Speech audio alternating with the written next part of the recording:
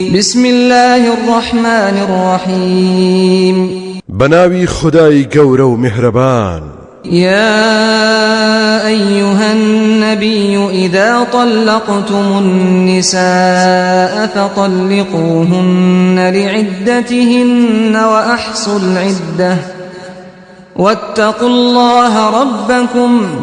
لا تخرجوهن من بيوتهن ولا يخرجن إلا أن يأتين بفاحشة مبينة وتلك حدود الله ومن يتعد حدود الله فقد ظلم نفسه لا تدري لعل الله يحدث بعد ذلك أمرا. أي پیغمبر بأمة دراب گينا كاتيك جنانتان طلاق ددن لكاتي دياري كراويان دا طلاقيان بدن كبريتيل لو كاتي كافرد لعادي مانغانا باك بوتوا حسابي او كاتش بوردي رابگرن لپروردگارشتان بترسنو ما وكيان بودريج مكنوا اگر لو كات دياري كراوان دا يك جار طلاقتان دان او با او آفرتا لمالكي خوي دا بمينتو دريان مكن لمالكاني خويان دا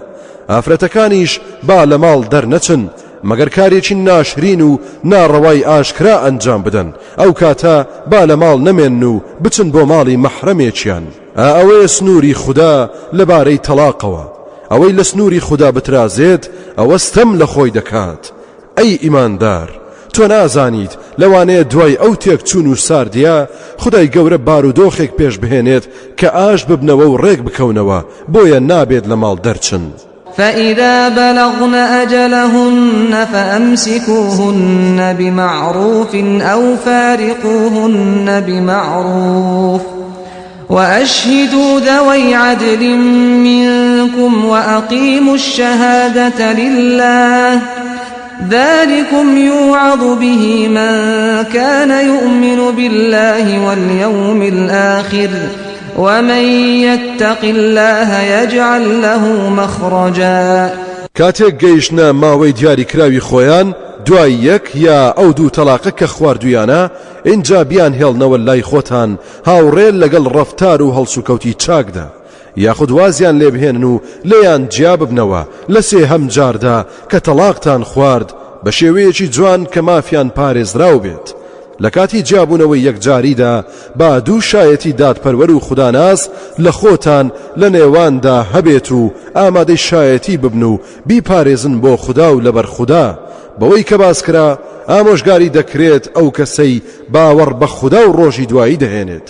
جا ئەوەی لە خوددا بترسێت و پارێزکار بێت ئەوە خوددا دەروی لێ دەکاتەوە. ويرزقه من حيث لا يحتسب ومن يتوكل على الله فهو حسبه إن الله بالغ أمره قد جعل الله لكل شيء قدرا. لشوێنێکەوە ڕزق و ڕۆزی پێدەبەخشێت کە حسابی بۆ نەکرد بێت و خۆی پێی نازانێت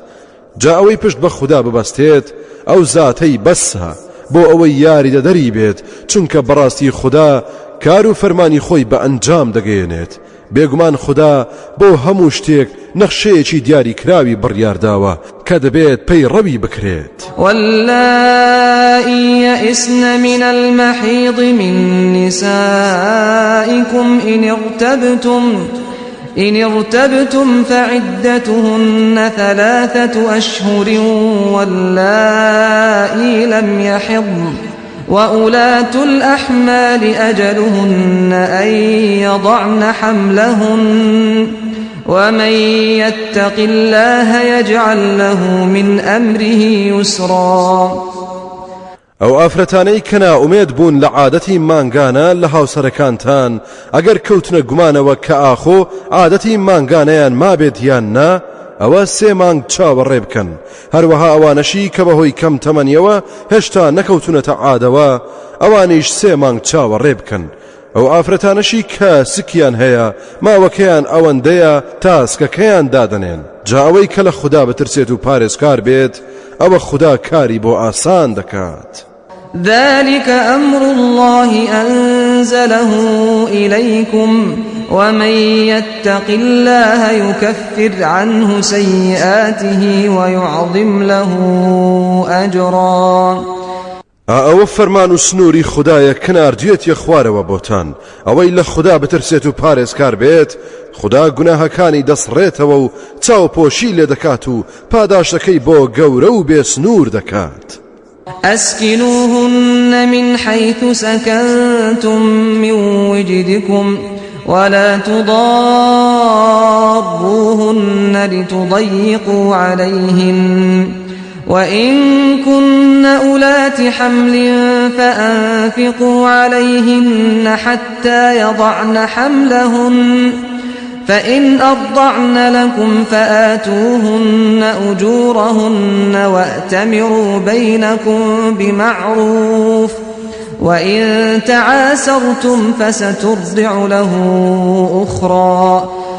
ئەو ئافرەتانەی کە تەلاقێک یا دوانیان ماوە بە گوێرەی تواناتان جێگە و ڕێگەیان بۆ دابین بکەن لای خۆتان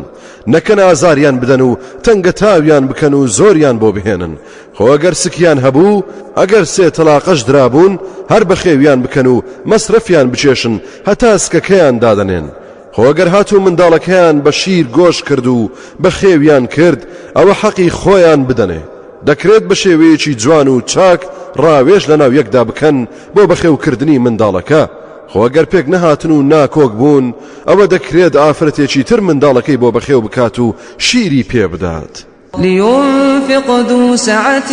من سعته ومن قدر عليه رزقه فلينفق مما آتاه الله لا يكلف الله نفسا إلا ما آتاها سيجعل الله بعد عسر يسرا.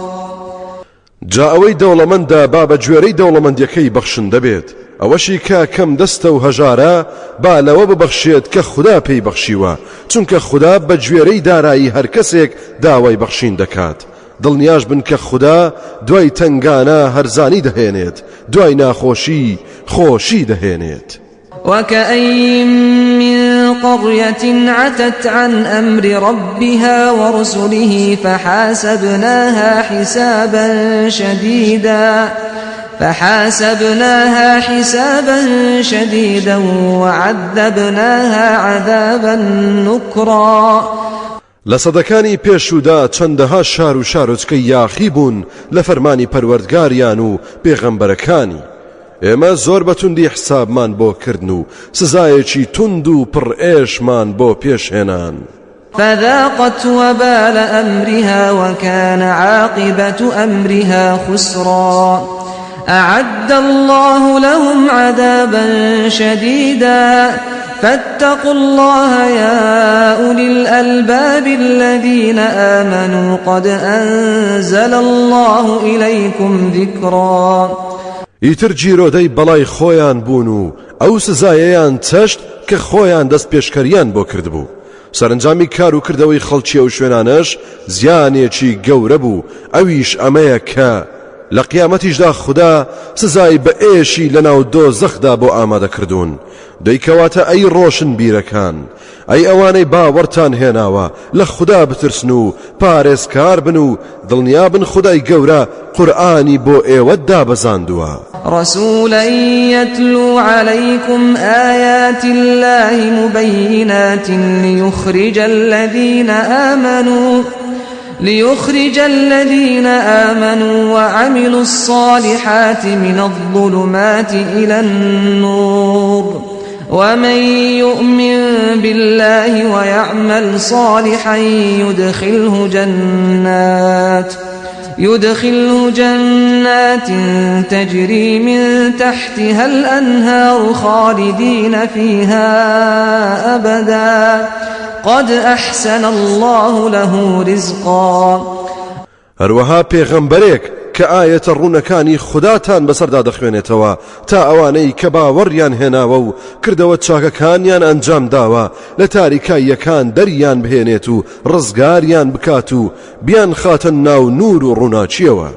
جا ئەوەی باوەڕ بهێنێت بە خوددا و کردەوەی چاک ئەنجام بدات ئەوە دەیخاتە باخەکانی بەهەشتەوە کە چەندەها ڕووبار بەژێر درەخت و بەبەردەم کۆشکەکانیدا دەڕوات و لەوێ ژیانی هەمیشەیی و هەتایی دەبەنە سەر. بێگومان خوددا ڕزق و ڕۆزی چاک و پاک و فرە و فراوانی بۆ ئامادە کردوون. الله الذي خلق 7 سماوات ومن الأرض مثلهن يتنزل الأمر بينهن لتعلموا أن الله على كل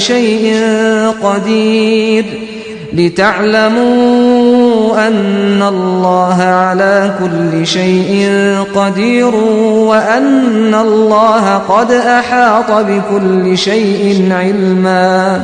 خدا ئەو زاتەیە کە حەوت چین ئاسمانی دروست کردووە و فەرمانی خدا لە نێوانیاندا دادەبەزێت. هەروەها بە وێنەی ئەوان فەرمانی خدا بۆ زەویش دادەبەزێت و جێبەجێ دەکرێت بۆ ئەوەی بزانن کە بەڕاستی خدا دەسەڵاتی بەسەر هەموو شتێکدا هەیە. بێگومان خدا بە زانست و زانیاری خۆی